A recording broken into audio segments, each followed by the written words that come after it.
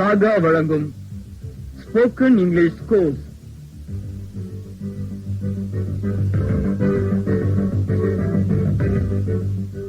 Good morning. இன்னைய கிளாஸ்ல நான் பார்க்க போறது ஆக்சிலரிஸ்ல ஹேவ் அண்ட் இட்ஸ் ஃபார்ம்ஸ் பத்தி பார்க்க போறோம். நேத்து டீச் பண்ணதை படிச்சு பாத்தீங்களா? சரி, புக்க பாருங்க. Have and its forms. ஹேவும் அதனுடைய வடிவங்களும் அப்படின்னு அர்த்தம். நேத்து டூ அண்ட் இட்ஸ் ஃபார்ம்ஸ் பாத்தீங்க. இன்னைக்கு have and its forms. First இந்த ஹேவ ஆக்சிலரியா பார்க்கலாம். As an auxiliary, have, has, had.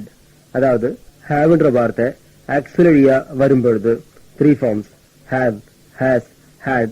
இந்த மூணுக்கும் மீனிங் கிடையாது. இந்த have, has, had மீனிங் இல்லாம வரா போல ஏற்கனவே நீங்க டென்ஸ்ல பாத்தீங்க. இதுக்கு சில எக்ஸாம்பிள் தரேன், கவனிங்க. I have applied for a job. நான் ஒரு வேலைக்காக விண்ணப்பித்திருக்கிறேன். இந்த இடத்துல haveக்கு மீனிங் இல்ல. She has sent me 2 letters. அவள் எனக்கு 2 கடிதங்களை அனுப்பியிருக்கிறாள். இந்த hasக்கு மீனிங் இல்ல. I had told my mother. நான் என்னுடைய அம்மாவிடம் சொல்லியிருந்தேன். இங்க hadக்கும் மீனிங் இல்ல. மேல பார்த்த எக்ஸாம்பிள்ஸ்ல have, has, had இதுக்கெல்லாம் மீனிங் கிடையாது. அதாவது have, has, had இந்த மூணும் கொஸ்டினா வரும்பொழுது மீனிங் கிடையாது. 5th ஃபார்முக்கு முன்னால வந்தாலும் மீனிங் கிடையாது. நாட்டுக்கு பக்கத்துல 5th ஃபார்ம் வந்து அதுக்கு முன்னால have, has, had வந்தாலும் மீனிங் கிடையாது. அது தவிர வேற எங்க வந்தாலும் have, has, hadக்கு மீனிங் உண்டு. என்ன மீனிங்னா haveக்கு சாப்பிடு, குடி, வைத்திரு அப்படின்னு அர்த்தம் வரும். இடத்துக்கு ஏத்த மாதிரி எந்த மீனிங் சூட் ஆகுமோ அதை எடுத்துக்கணும். புக்க பாருங்க. as a main verb, have, has, having, had, had. இந்த have மெயின் verb-ஆ வரும்போது 5 ஃபார்ம்ஸ். மெயின் verb-ஆ வரும்போது 5 ஃபார்ம்ஸ் மீனிங் உண்டு. என்ன மீனிங் சொன்னப்போ? சாப்பிடு, குடி, வைத்திரு. நிறைய ஸ்டூடெண்ட்ஸ் haveக்கு மீனிங் இருக்கா இல்லையான்னு முன்னாடி கேட்டிருக்காங்க. நான் அப்புறம் நடத்துவேன்னு சொல்லிட்டேன், இப்ப நடத்த போறேன், கவனிங்க. சாப்பிடு, குடி, வைத்திரு 3 மீனிங். வைத்திரு இருக்கிறது அப்படின்ற மீனிங்ல சில எக்ஸாம்பிள்ஸ் பாருங்க. I have self confidence. எனக்கு தன்னம்பிக்கை இருக்கிறது. We have a car. எங்களிடம் ஒரு கார் இருக்கிறது. மலர் வண்ணன் has a computer. மலர் வண்ணனிடம் ஒரு கம்ப்யூட்டர் இருக்கிறது. இங்க ஏன் has போட்டிருக்கேன்னா மலர் வண்ணன் சிங்குலர், அதனால has போட்டிருக்கேன், second form. Rohini had a veena. ரோஹிணியிடம் ஒரு வீணை இருந்தது. had past tense. இந்த have எந்த டென்ஸ்ல வேணாலும் யூஸ் பண்ணலாம். பிரசன்ட், பாஸ்ட், ஃபியூச்சர் எதுல வேணாலும். இங்க have, has, had மூணும் கேள்வியாவும் வரல. இங்க மேல பாத்தீங்க இல்லையா, அங்க have, has, had மூணும் கேள்வியாவும் வரல. 5th ஃபார்முக்கு முன்னாலேயே வரல. அதனால have, has, hadக்கு மீனிங் உண்டு. அடுத்து haveக்கு சாப்பிடுன்ற மீனிங் வர போல சில எக்ஸாம்பிள் சொல்றேன், கவனிங்க. Shall we have in this hotel? நாம் இந்த ஹோட்டலில் சாப்பிடலாமா? I had 2 idlis.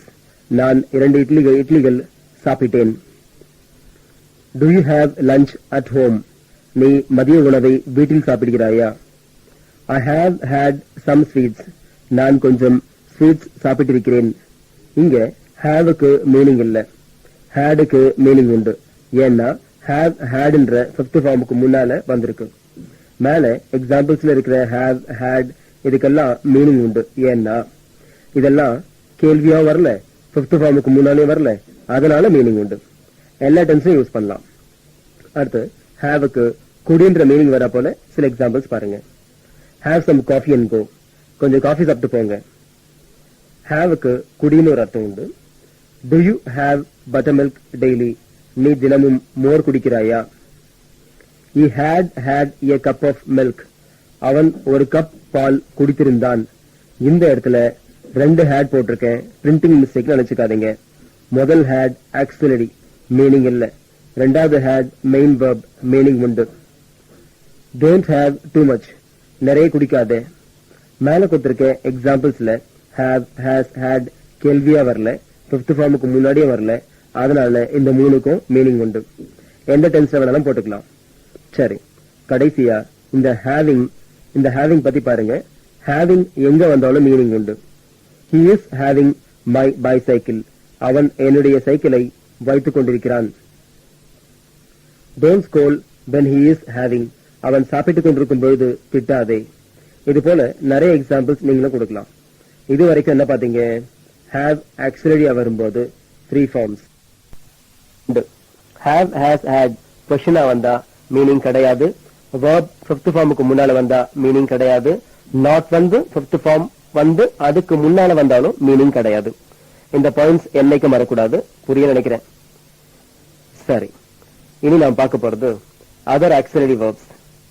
இதுல shall, should, will, would, can, could, may, might, must, need not, have to, used to. இதெல்லாம் எப்ப யூஸ் பண்றது?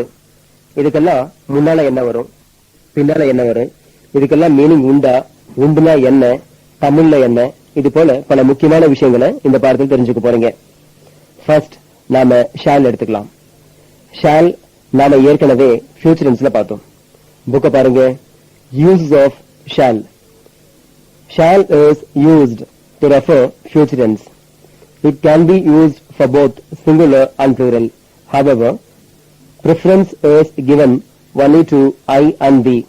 அதாவது shall எதிர்காலத்தை குறிக்க யூஸ் பண்ணுவோம். ஷாலுக்கு முன்னால எது வேணாலும் போடலாம். சிங்குலர், plural ரெண்டும் போடலாம். இருந்தாலும் ஷாலுக்கு முன்னால நாம அதிகமா யூஸ் பண்றது ஐயோ பியோ. என்ன புரியுதா? எங்கேயாவது ஒரு சில இடத்துல ஐக்கும் விக்கும் பதிலா வேற ஏதாவது வரலாம். வந்தா ஒண்ணும் இல்ல, ஃபியூச்சர் டென்ஸ்னு எடுத்துங்க, அது போதும். சரி, இப்போ புக்ல கொடுத்திருக்க எக்ஸாம்பிள்ஸ் பாருங்க. I shall pass with first class. நான் ஃபர்ஸ்ட் கிளாஸ்ல பாஸ் பண்ணுவேன்.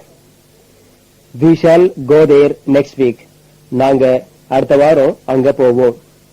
Shall I open the door? நான் கதவை திறக்கலாமா? இது போல shall யூஸ் பண்ணி எத்தனை சென்டென்ஸ் வேணாலும் ஃபார்ம் பண்ணலாம்.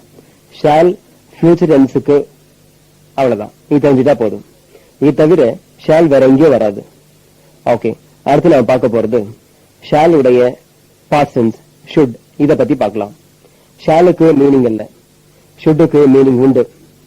பாருங்க, uses of should. shouldன்ற வார்த்தையின் உபயோகங்கள் அப்படின்னு அர்த்தம். இந்த shouldன்ற வார்த்தை எப்பெல்லாம் யூஸ் ஆகும்னு பார்க்கலாம். should உடைய ஃபர்ஸ்ட் யூஸ பாருங்க. எங்க யூஸ் ஆகும்? in indirect speech. அதாவது இன்டைரக்ட் ஸ்பீச்ல யூஸ் ஆகும். இன்டைரக்ட் ஸ்பீச் கவனிங்க. டைரக்ட்ல இருந்து இன்டைரக்டுக்கு மாத்தும் போது ஷால் ஷுட் ஆகும். புக்ல கொடுத்திருக்க எக்ஸாம்பிள பாருங்க. Adikesavan said I shall help. இது டைரக்ட் ஸ்பீச். டைரக்ட் ஸ்பீச்ல இருக்கிற ஷால் இன்டைரக்ட்ல ஷுட்டா மாறும். மாறும்போது ஷால் மீனிங் தான் வரும், ஷுட் மீனிங் வரக்கூடாது. சரி, இன்டைரக்ட பாருங்க. Adikesavan told that he should help. தமிழ்ல ஆதிகேசவன் தான் உதவுவதாக கூறினான். பாருங்க, ஷால் ஷுட்டா மாறி இருக்கு. ஷால் ஷுட்டா மாறுறத மட்டும் பாத்துங்க. மத்ததெல்லாம், அதாவது செட் ஏன் டோல்டா மாறுது, ஐ ஏன் ஹீயா மாறுது, இத பத்தி எல்லாம் இன்டைரக்ட் ஸ்பீச்னு தனியா ஒரு கிளாஸ் எடுப்பேன், அதுல சொல்லித்தரேன். சரியா? ஓகே, இன்னொரு எக்ஸாம்பிள் பாருங்க. மூர்த்தி said I shall get a government job. இன்டைரக்ட்ல Murthy told that he should get a government job. மூர்த்தி தனக்கு அரசாங்க வேலை கிடைக்கும் என்று கூறினான். இங்கேயும் ஷால் ஷுட்டா மாறுது. இது போல எப்பெல்லாம் டைரக்ட்ல இருந்து இன்டைரக்ட் மாத்திரமோ அப்பெல்லாம் ஷால் ஷுட் ஆகும். சரி, இப்போ ஷுட்டுடைய அடுத்த யூஸ பத்தி பாருங்க. இங்க ஷுட்டுக்கு மீனிங் உண்டு. அதாவது டைரக்ட்ல இருந்து இன்டைரக்ட் மாறும்போது மட்டும்தான் ஷுட்டுக்கு மீனிங் கிடையாது. மற்ற இடங்கள்ல எங்க வந்தாலும் ஷுட்டுக்கு மீனிங் உண்டு. என்ன அர்த்தம்னா ஷுட்டுக்கு வேண்டும், ஷுட் நாட்டுக்கு கூடாது. இதான் அர்த்தம். புக்க பாருங்க. ஃபார் கம்பல்ஷன், ஏதாவது ஒரு விஷயத்தை வலியுறுத்தி சொல்லும் போது ஷுட் போடணும்.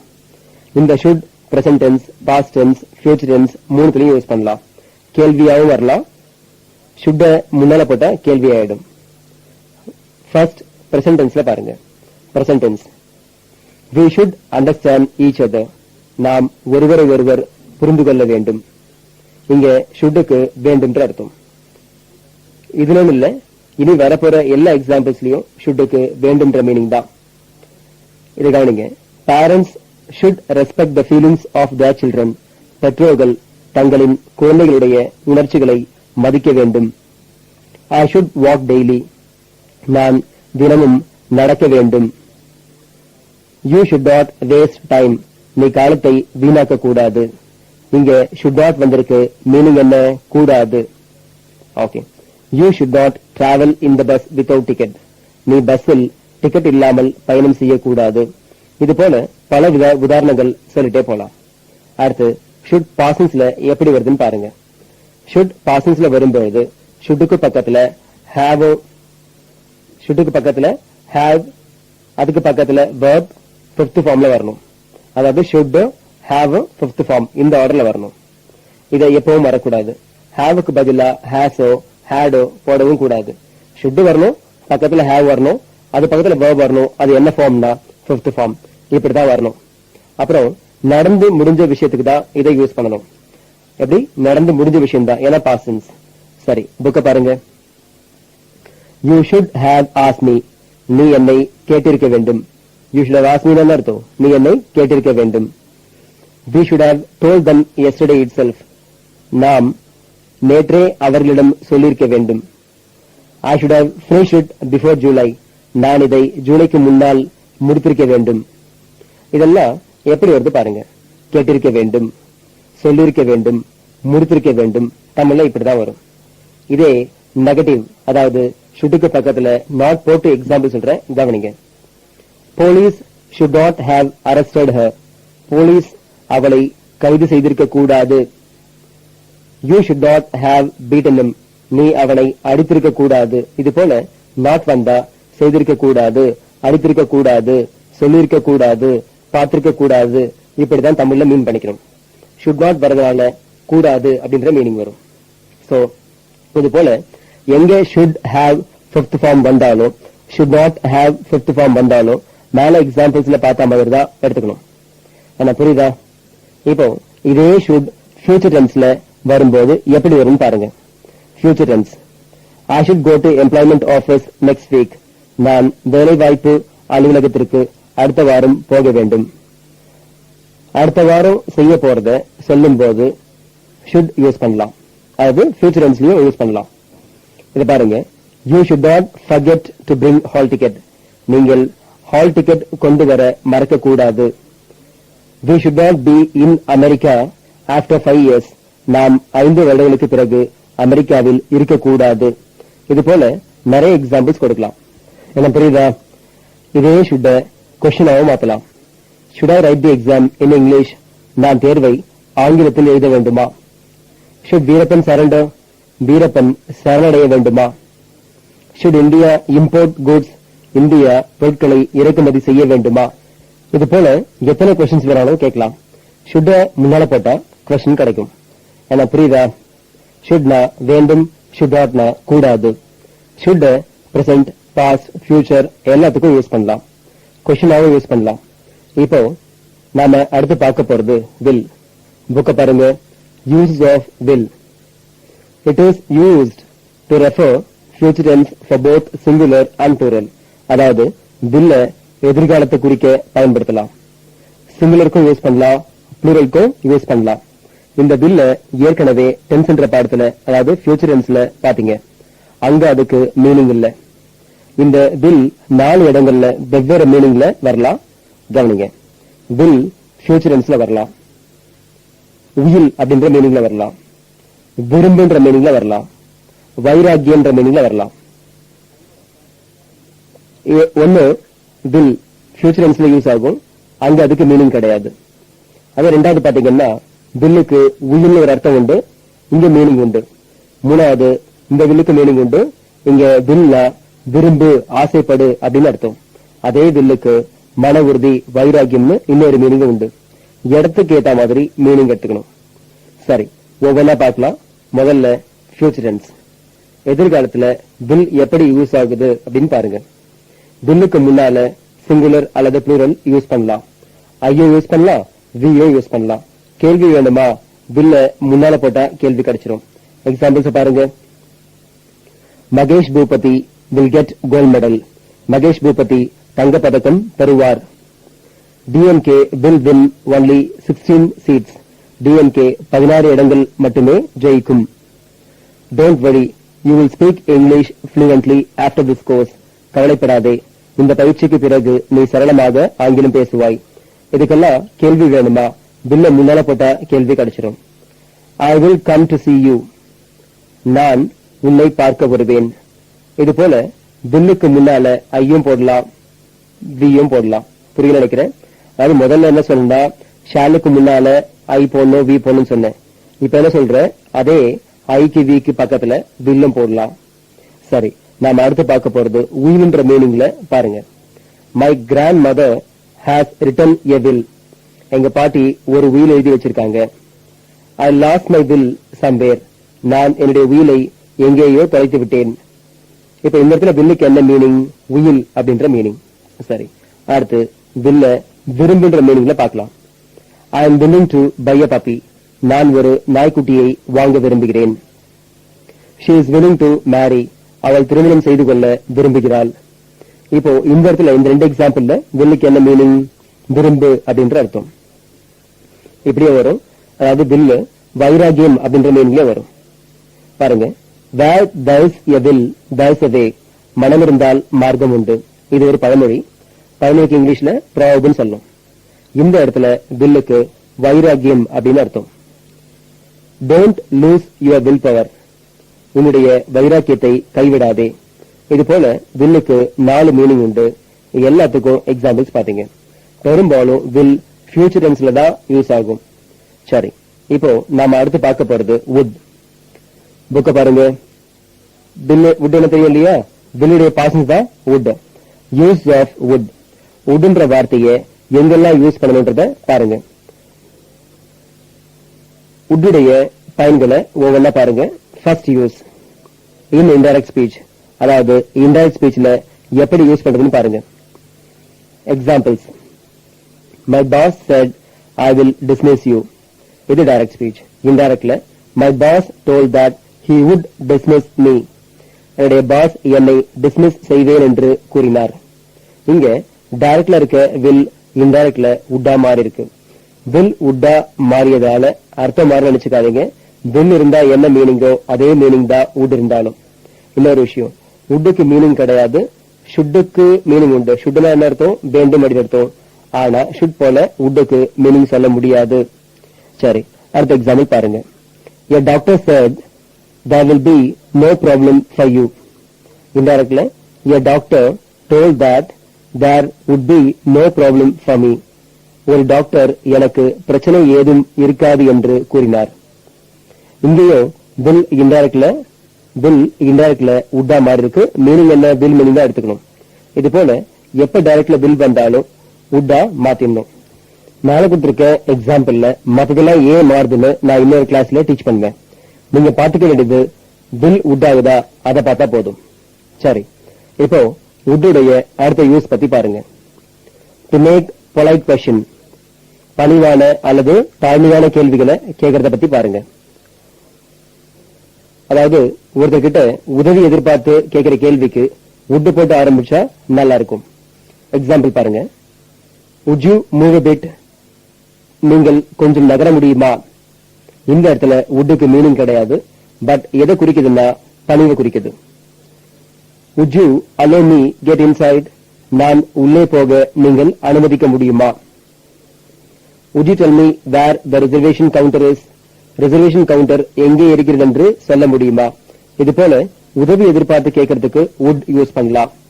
சிலர் would you please know ஆரம்பிக்கிறாங்க. ப்ளீஸ் போன்ற கட்டாயம் இல்ல, போட்டாலும் தப்பு இல்ல. அடுத்து இதே would இறந்த காலத்துல வழக்கமா இருந்த செயலை பத்தி இப்ப சொல்றதுக்கும் யூஸ் ஆகும். கவனிங்க. for past habits இறந்த கால வழக்கங்களை குறிக்கிறதுக்கும் இதை யூஸ் பண்ணலாம்.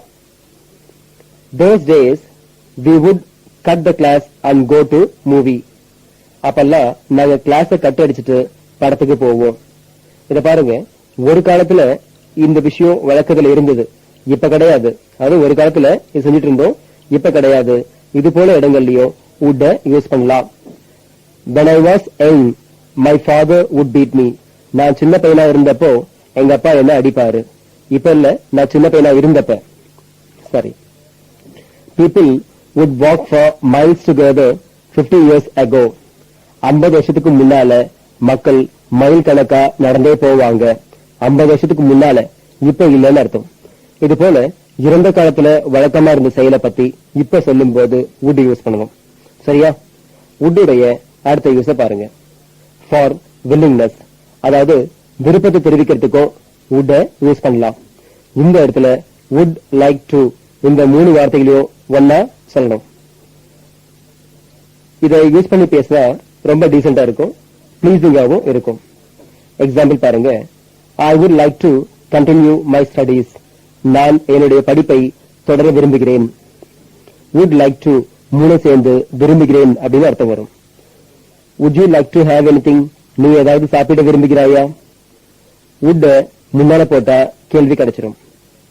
we would like to advise you. நாங்கள் உங்களுக்கு அறிவுரை கூற விரும்புகிறோம். இது போல எக்ஸாம்பிள்ஸ் நிறைய கொடுக்கலாம்.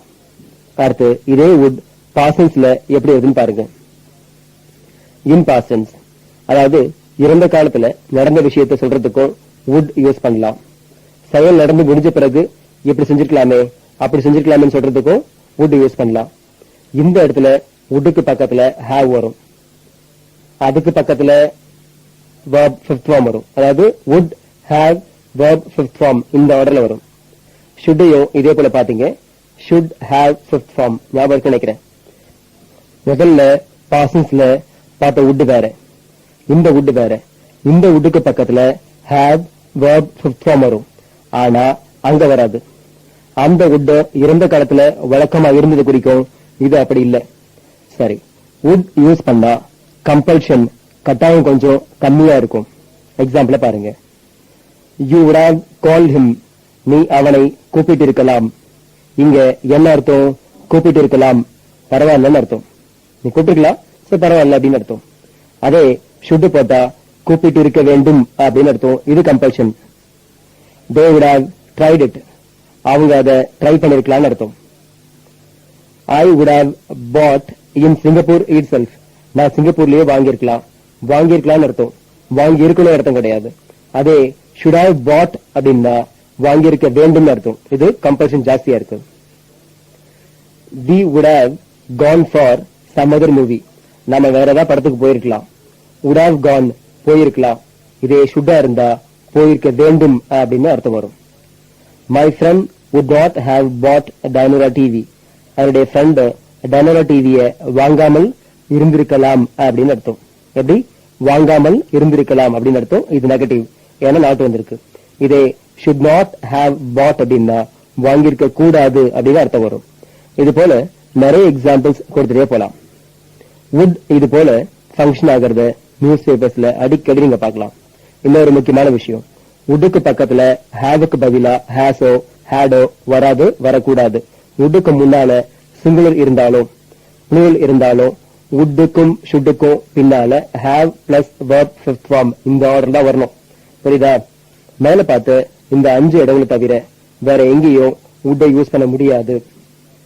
சரி, இன்னைய கிளாஸ்ல நாம இதுவரைக்கும் என்னென்ன பார்த்தோன்றத பிரீஃபா ஒரு முறை சொல்றேன், கவனிங்க. ஃபர்ஸ்ட் have பார்த்தோம். have ஆக்சிலரியா வரும்போது 3 ஃபார்ம்ஸ். have, has, had மூணுத்துக்கும் மீனிங் கிடையாது. அதே மெயின் verb வரும்போது மீனிங் உண்டு, 5 ஃபார்ம்ஸ். அடுத்து shall பார்த்தோம். should-ம் பார்த்தோம். should-னா வேண்டும், should not-னா கூடாது. should present, past, future எல்லாத்துலயும் யூஸ் பண்ணலாம்னு பாத்தீங்க. அடுத்து will எங்க யூஸ் பண்றது, எப்ப யூஸ் பண்றது இதெல்லாம் பாத்தீங்க. would எங்கெல்லாம் யூஸ் பண்றதுன்னு பாத்தீங்க.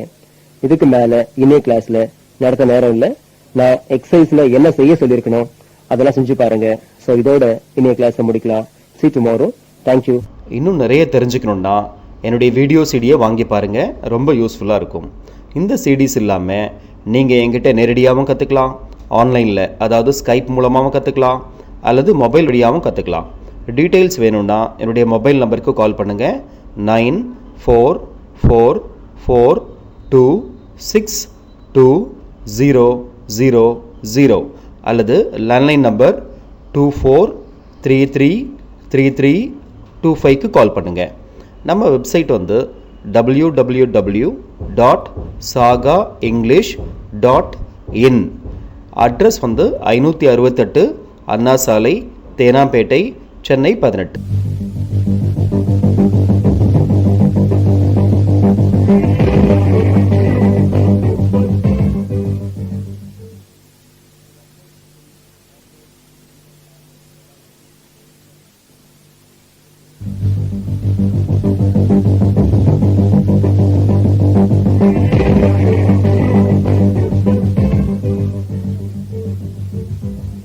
சாகா வழங்கும் ஸ்போக்கன் இங்கிலீஷ் கோர்ஸ்.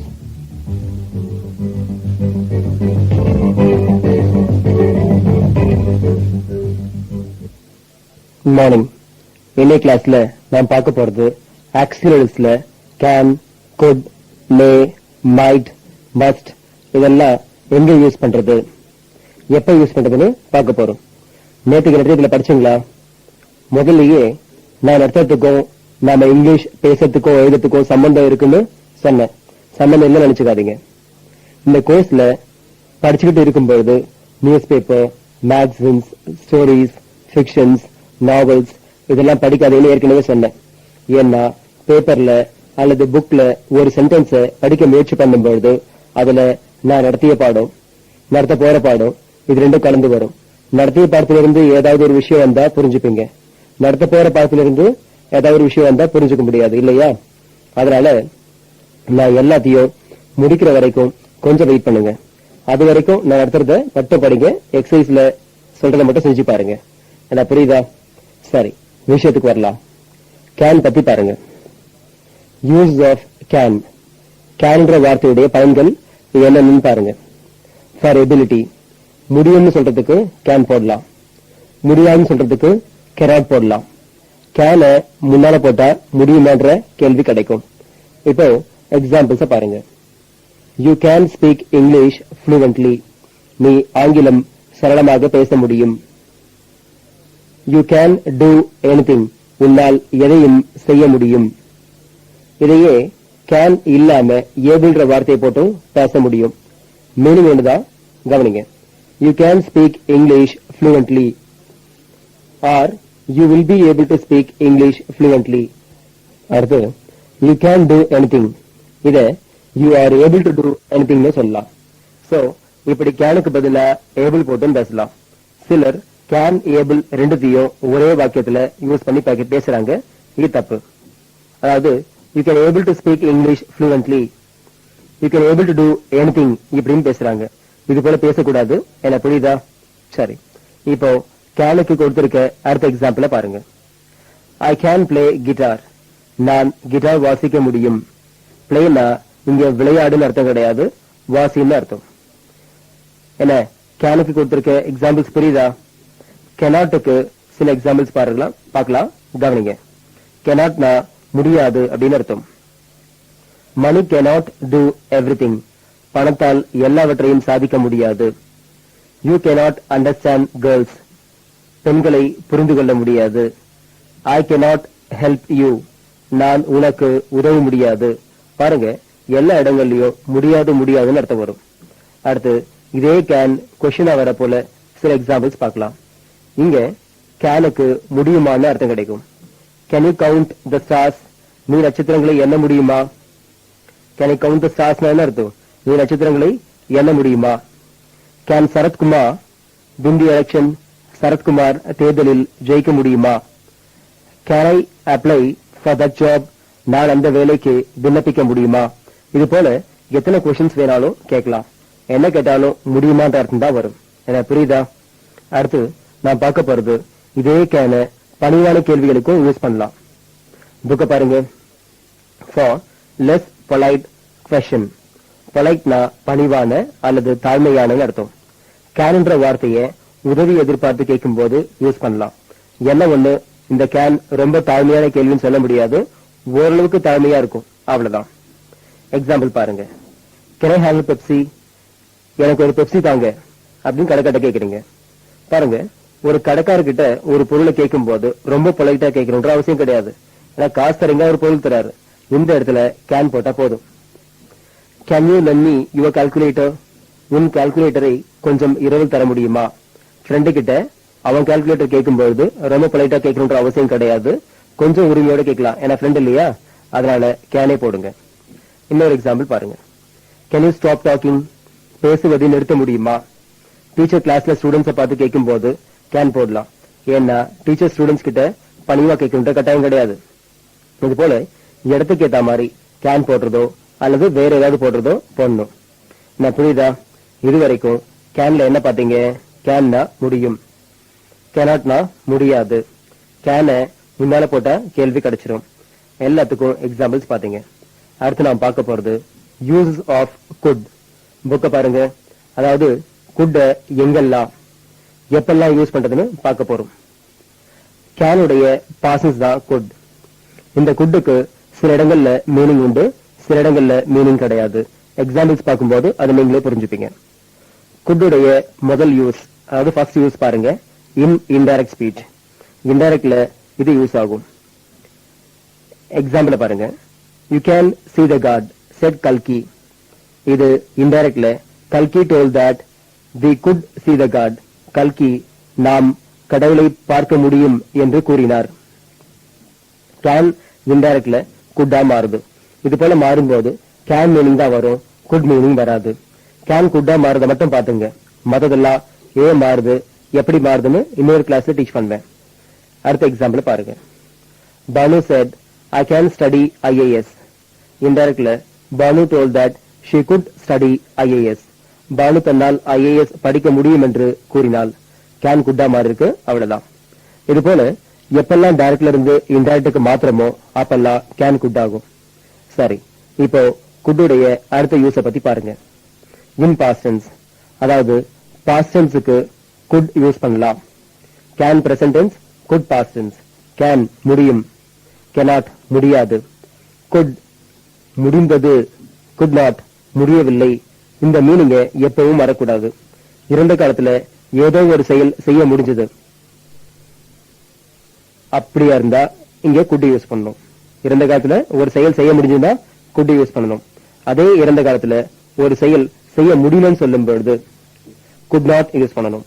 எக்ஸாம்பிள் பாருங்க. I could see everything clearly before 1992. 1992க்கு முன்னால் என்னால் எல்லாவற்றையும் தெளிவாக பார்க்க முடிந்தது. இந்த இடத்துல பாருங்க, குட்டுக்கு என்ன மீனிங்? முடிந்தது அப்படின்னு அர்த்தம். Politicians could cheat people 10 years ago. அரசியல்வாதிகள் 10 ஆண்டுகளுக்கு முன்னால் மக்களை ஏமாற்ற முடிந்தது. இறந்த காலத்துல முடியும்னு சொல்லும் போது குட்டு போடணும். As I was suffering from fever, I could not come yesterday. எனக்கு உடல்நலம் சரியில்லாதனால் நேற்று என்னால் வர முடியவில்லை. I could not get scholarship this time. நான் இந்த முறை உதவித்தொகை வாங்க முடியவில்லை. இறந்த காலத்துல ஒரு விஷயம் முடியலன்னா could not போடணும். முடிஞ்சதுன்னு சொன்னா could போடணும். இந்த இடத்துல குட்டுக்கு மீனிங் உண்டு. இந்த இடத்துல குட்டுக்கு பக்கத்துல verb first form மட்டும்தான் வரும். என்ன புரியுதா? சரி, அடுத்து நான் பார்க்க போறது குட் பொலைட் கொஸ்டினா எப்படி யூஸ் பண்றது அப்படின்னு பாருங்க. For very polite questions, மிகவும் தாழ்மையான அல்லது பணிவான கேள்விகளுக்கு இதை போடலாம். இங்கிலீஷ்லயே குட்டு தான் ரொம்ப தாழ்மையான கேள்வி. இங்க குட்டுக்கு மீனிங் கிடையாது. எக்ஸாம்பிள்ஸ் பாருங்க. Could you teach me maths? நீ எனக்கு மேத்ஸ் கத்துத்தர முடியுமா? Could you get me a ticket? நீ எனக்கு ஒரு டிக்கெட் வாங்கி தர முடியுமா? Could you leave me alone? நீ என்னை கொஞ்சம் தனியாக விட முடியுமா? Could you show me where library is? Library எங்கே இருக்கிறது என்று எனக்கு காண்பிக்க முடியுமா? இது போல எத்தனை பொலைட் கொஸ்டின்ஸ் வேணாலும் குட் யூஸ் பண்ணி கேட்கலாம். புரியல நினைக்கிறேன். குட்டுடைய அடுத்த யூஸ பாருங்க. இன் பாஸ்ட் டென்ஸ், அதாவது பாஸ்ட் டென்ஸ்ல யூஸ் பண்ணலாம். ஏற்கனவே ஒரு பாஸ்ட் டென்ஸ் பாத்தீங்க. இந்த இடத்துல குட்டுக்கு பக்கத்துல have வரும், பக்கத்துல verb fifth form வரும். அந்த இடத்துல குட்டுக்கு பக்கத்துல verb first form தான் வரும். அந்த இடத்துல குட்டுக்கு முடிந்தது, could notக்கு முடியவில்லைன்னு மீனிங் வரும். ஆனா இந்த இடத்துல முடிந்தது முடியவில்லைன்ற மீனிங் வராது. கவனிங்க. நடந்து முடிஞ்ச சம்பவத்தை பத்தி சொல்லும் பொழுது இதை போடலாம். என்ன ஆர்டர்ல வரும்னா could have verb fifth form. That's all. Example பாருங்க. They could have got it last Friday itself. அவர்களுக்கு அது போன வெள்ளிக்கிழமையே கிடைத்திருக்க கூடும். பாருங்க, could have got, அது could have got. could have a verb fifth form. இந்த ஆர்டர்லாம் வரணும். அடுத்து he could have escaped in the accident. அவன் அந்த விபத்தில் தப்பித்திருக்க கூடும். could have escaped தப்பித்திருக்க கூடும் அப்படின்னு வரும். you could have seen the advertisement. நீ அந்த விளம்பரத்தை பார்த்திருக்க கூடும். could have seen பார்த்திருக்க கூடும். she could have understood what I said. நான் சொன்னதை அவள் புரிந்து கொண்டிருக்க கூடும். could have understood புரிந்து கொண்டிருக்க கூடும். இதே would have understood சொன்னா புரிந்து கொண்டிருக்கலாம். should have understood நா புரிந்து கொண்டிருக்க வேண்டும். இப்படி would should இதெல்லாம் மாத்த மீனிங் மேல பார்த்த மாதிரி மாறும். புரிய நினைக்கிறேன். சரி, இப்போ இந்த could 4 இடங்கள்ல வரும். டைரக்ட்ல இருந்து இன்டைரக்ட் மாறும்போது கேன் குட் ஆகும். பாசன்ஸ்ல குட் வரும். பொலைட் கொஸ்டினா வரும்போதும் குட் வரும். பாசன்ஸ்ல அதாவது இன்னும் கடைசியா ஒரு பாசன்ஸ் பாத்தீங்கன்னா அங்கேயும் குட் வரும். என்ன ஆர்டர்னா could have verb first form இந்த ஆர்டர்ல வரும். இதெல்லாம் எப்பவும் வரக்கூடாது.